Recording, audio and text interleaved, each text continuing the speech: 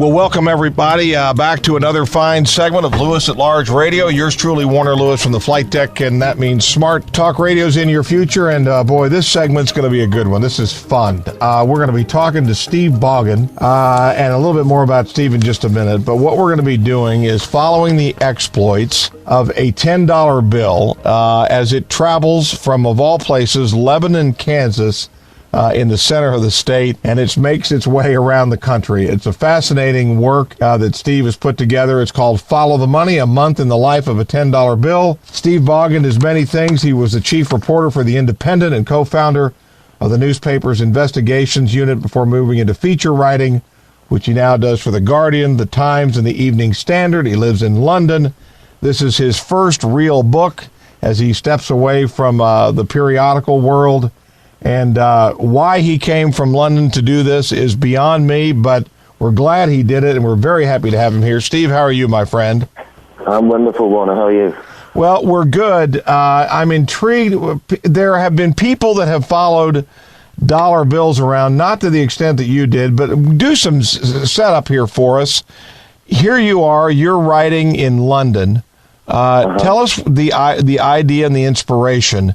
And how did you follow it? Well, that's the key question, isn't it? First of all, it came about because several years ago, the Guardian newspaper, which is a very respectable newspaper over here, yes, asked me, they came up with the idea of following a £10 note around for a week, and they asked me if I thought it would be possible. My first response was to say, no, that's crazy, how could you possibly do that? But then I figured out a way to do it, and I did do it for a week. Not far, it covered a distance of about 200 odd miles. But it was such fun that even in the middle of it, I thought, I've got to do something more ambitious. And it just came to my mind. I thought, I've got to do this around the USA with a $10 bill. So that's where the idea came from. And then, of course, I put it off time and time again. I thought it was a great idea, but, was it possible? And after about 5 years, I ran out of excuses, Warner, and I got on a plane, and I flew to Kansas. Oh, God. There's a part of the book, Kansas, as you know, is the center of the universe as far as many people think about it. Some people say it's the end of the earth. But you even reference the Google Earth and Google Maps, and if you power down into the center of that, you're going to come right smack dab in one version into Lawrence, Kansas, where this show is being broadcast, and it's into the Meadowbrook Apartments, about maybe 3/4 of a mile from this studio. Is that right? Yeah, you are at the center of the universe. Yes, sir. Well, all right. Steve. Let's get you to from London to Lebanon. Right. You're in Lebanon, and describe day one or describe ground zero for you. Well, ground zero for me, it had to be Lebanon because I just wondered where the center was, and as a Brit, I knew nothing about it, so I did a little bit of research, and I found out in 1918, a team of scientists from the National U.S. and Geodetic Survey, they had just produced a new map of the contiguous USA. And I think probably idly, I wouldn't be surprised if it was over a beer, they decided to find out where the center was. And they came up with an absolutely ingenious method for finding it. And basically what they did is they got their map, they got a sheet of tracing paper, they traced over their map, cut out the shape of the map on the tracing paper, put that on top of a piece of cardboard, and cut out the shape of the USA that they had just determined. And then once they had their piece of cardboard, they kept sticking a pin underneath until it balanced. And once it balanced, they pushed the pin through, put the map back on top, and it was Lebanon, Kansas. So I just thought this was fantastic. So I decided that that's where I'd start. So I flew to New York, then to Kansas City, and then I drove to Lebanon. And on the evening of day one at 7:30, I gave a guy where I was staying a $10 bill, and I said, right, you just spend it however you would normally spend it, but please, all I ask is you let me know when you do it so that I can inform the next person and ask them if they cooperate. So in answer to your second question, how did I do it? I'd love to tell you that it was some kind of a James Bond device or something really high-tech or clever, but you know what, Warner, it was just good old-fashioned courtesy. Before one person spent it, I would explain to the person who was going to receive it what was happening, and I'd just ask if they would cooperate, and everybody said yes. Okay, so I'm let's say I'm in Lebanon, Kansas, and the guy at the hotel spends it at the local ice cream store. Yeah. All right. He puts it in the cash register. So and so his job, and you can't stay there all day. I come in later in the afternoon. He hands me change back in which that bill is there. Are you watching that happen, or does the guy who gets it, does he have your cell phone number and calls you and says, I have it now? No, when it was in shops, I stayed. So the bill was marked. I marked the $10 bill. I mean, having read that this was a potential felony if I marked it too much, it gave me a few EBGBs along the way. But I marked it very delicately in the corners, so I could easily see which one it was, and I alerted the person on the cash register to which $10 bill it was. And then I would hang around. And then if it came up in change and they were giving it out, then they'd call me, and I'd run over, and there'd be some sort of puzzle-looking individual saying, what the heck's going on? I'd explain and say, look, do you mind if, can I follow you until you spend the money? And they said yes. And during the time between them receiving the money and spending the money, I would just spend time with them and interview them about their lives. And, it's an old cliche, but it's a truism that, everybody has a story. And everybody really did have a story. And it introduced me to aspects of America and the American way of living that I never really expected to get into. It was fascinating for me as an outsider. So it's as much about following the trail of a dollar bill, which is really just the vehicle, as learning about other people and what we have in common, don't have in common, and how sort of symbolically we're connected. Yeah, not everybody gets that immediately, but yes, you got it, Warner. It's a vehicle for meeting people. And the thing is as well, what I didn't anticipate, I didn't want it to be a sort of a bellwether to test the American sort of economy or psyche or anything like that. But in actual fact, because of the stories that people told along the way, it actually did. It did let me into their lives, and it did tell me how they were doing. And the one thing that a lot of people had in common was that they were struggling right now, and they had difficulties. But you know what? They still found time. A lot of them actually took me home to their homes, gave me dinner, and gave me a bed for the night. I mean, and this was quite astonishing. And I'm not sure there are too many countries in the world where that would happen. Question for you, and that is, what year was this again, Steve? It was 2010, right at the bottom. All right. Yes, it is. All right. Here again, if you just joined us, here's truly Warner Lewis from the flight deck of Lewis at Large Radio. You hear us every week. In this segment, an interesting one. The work is called Follow the Money, a month in the life of a $10 bill. And we've got a very good one going here. We're talking to Steve Boggan. He is a writer by trade for periodicals, and well-known ones and well-respected ones in Europe. But he chose to come to the United States and follow a $10 bill around. Tell us again the place where you first spent the money.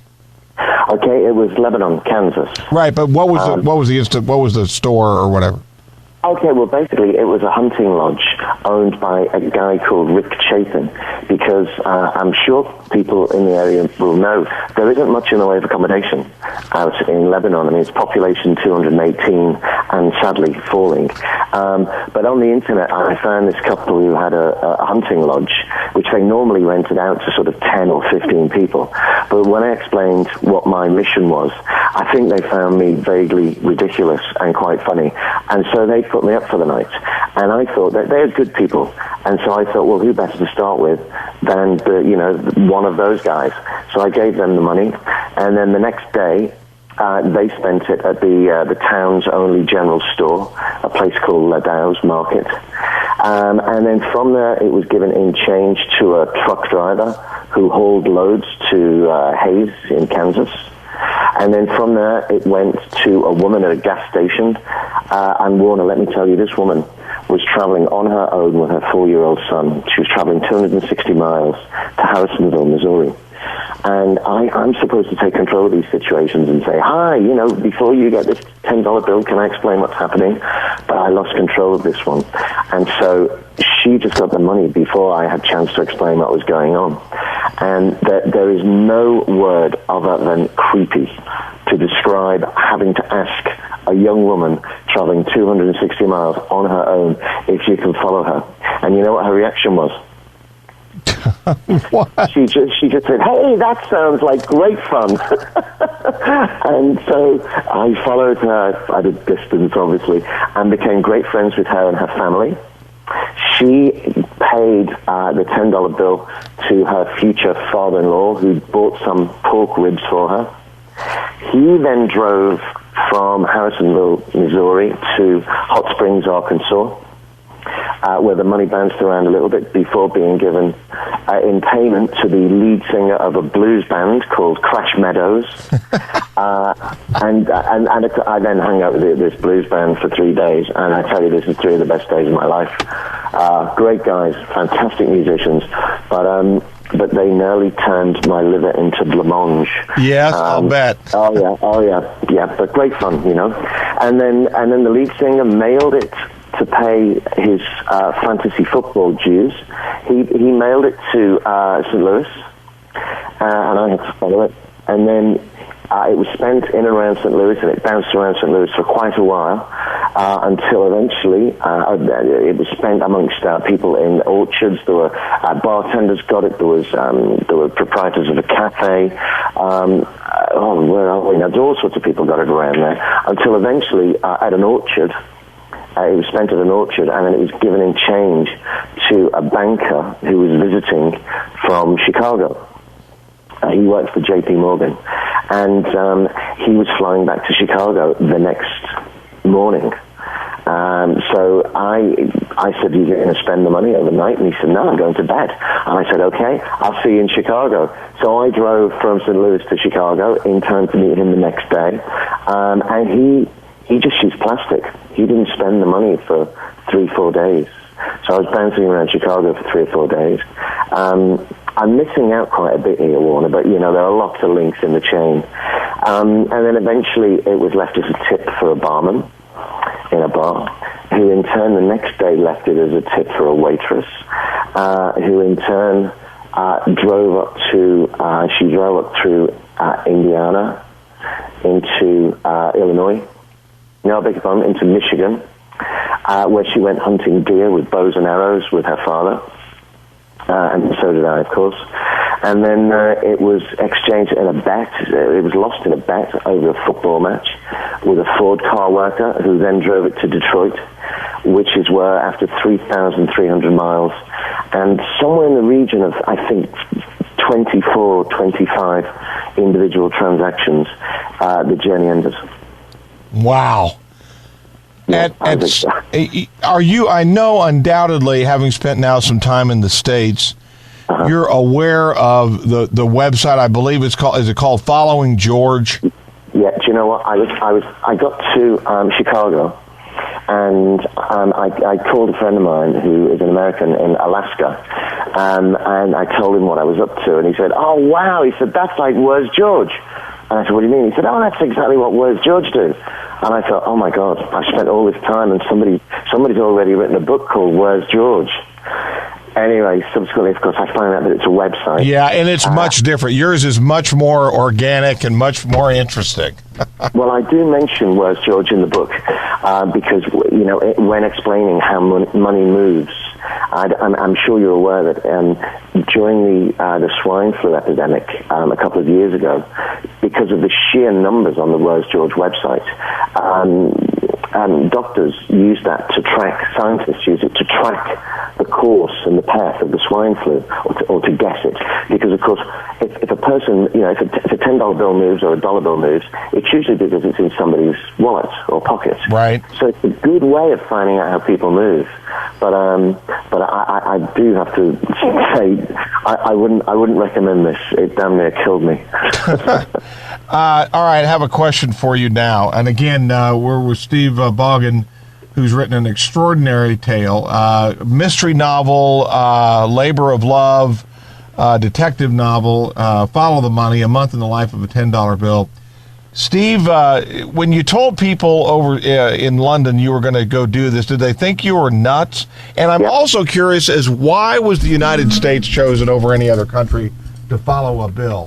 Well, there's several reasons. I mean, first of all, I've been to the States many, many, many times on assignment. And yet I never really felt that I'd got to the heart of it because, as a foreigner, you tend to fly into an airport and then you either fly out to another airport or you rent a car and you get on an interstate highway or maybe you get on a train and your stops tend to be motels, truck stops. You never get off the main road until you reach your destination. And too often, these are places that are, well visited. So, for example, a lot of Brits might go to Disneyland or to New York, places like this, and there's absolutely nothing wrong with that. But, it's not what I would call the heart of America, which for me is the Midwest. And yet I hadn't spent enough time there. So, first of all, I'd love to have done it in America for a start. Secondly, the language. I couldn't really have done this in Europe because I would have had to deal with, upwards of 25 different languages. So that really wouldn't have been practical. But also, to get a general feel for the States, which I felt I had part of, but tantalizingly not enough. I'd visited and very, very well traveled in America, but again, always on assignment, rushing from place to place, right. Never really having time to talk to people. And what this did for me, in a random way, it just took me to places that I never would have found. And in a variety of interviews and articles I've written and I've conducted over here, the thrust of it has been to say to people, look, you don't have to do anything as random and as crazy as I did, but try not to, when you go on your visit to the States, plan for stuff other than, say, the Grand Canyon, Disneyland, the Empire State Building. Try and leave some time where you just go and get lost.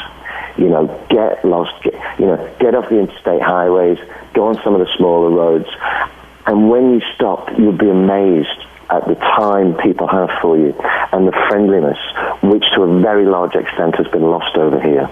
It's, the courtesy that people in the States offered me was just quite extraordinary. I mean, really, really quite extraordinary. People taking me into their homes and feeding me. But every single one of them making sure I was okay before they sent me off on the next random leg of the journey.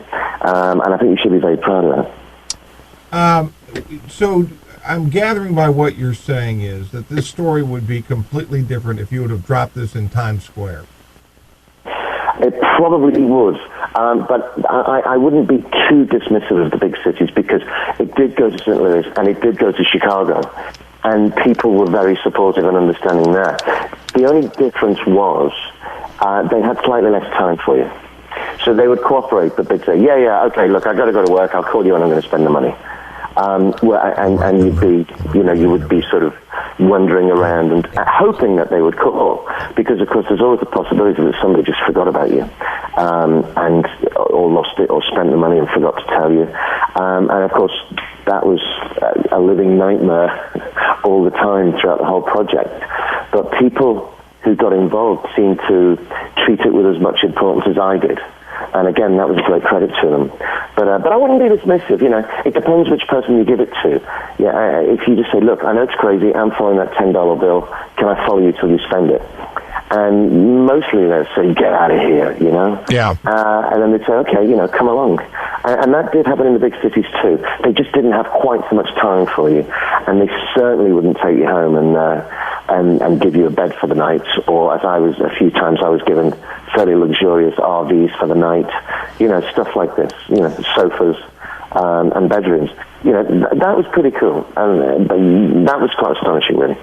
Is the idea big enough, Steve, that you could do the same thing in another country with a completely different result, or has already worn itself out? A few people have said to me it would be good in Australia, but I'm not sure geographically it would work, because if you went to the geographic dead centre of Australia, you'd probably be dead in about 4 hours, because there's nobody there and it's too hot. Some filmmakers, when they heard about the book, approached me and asked me if I would do it as a film. And I initially said, no way. It damn near killed me. I'm not going to do this again. And then 6 months after I came back, they kept trying to persuade me, and Warner, we went and did it. And the film, it's a different journey with a different $10 bill and a different starting place. The starting place is in Belfouche, South Dakota, which is the geographical center if you take into account Alaska and Hawaii. Right. And so we made a film, and that time it went over 6,000 miles. And the film is being edited now, so, you know, it's a different journey, similar idea. Again, I don't think it was a fluke the first time, because, again, we got the same incredible level of hospitality. Well, Steve, you alluded to this earlier, but what, you know, look back on this, kind of what's your big takeaway, as we say these days, and what does it tell you about Americans? What's it tell you about humanity? And frankly, what's it tell you, as they say, about the velocity of money? Okay. Well, first of all, one thing I did notice was that I hope you don't take this too badly, Warner, but I think Americans do themselves down too badly. While I was traveling there, I met some of the most wonderful people, and yet constantly people were concerned about the future. They were concerned about what other people thought of them. They were concerned about other people's politics. I noticed that in particular.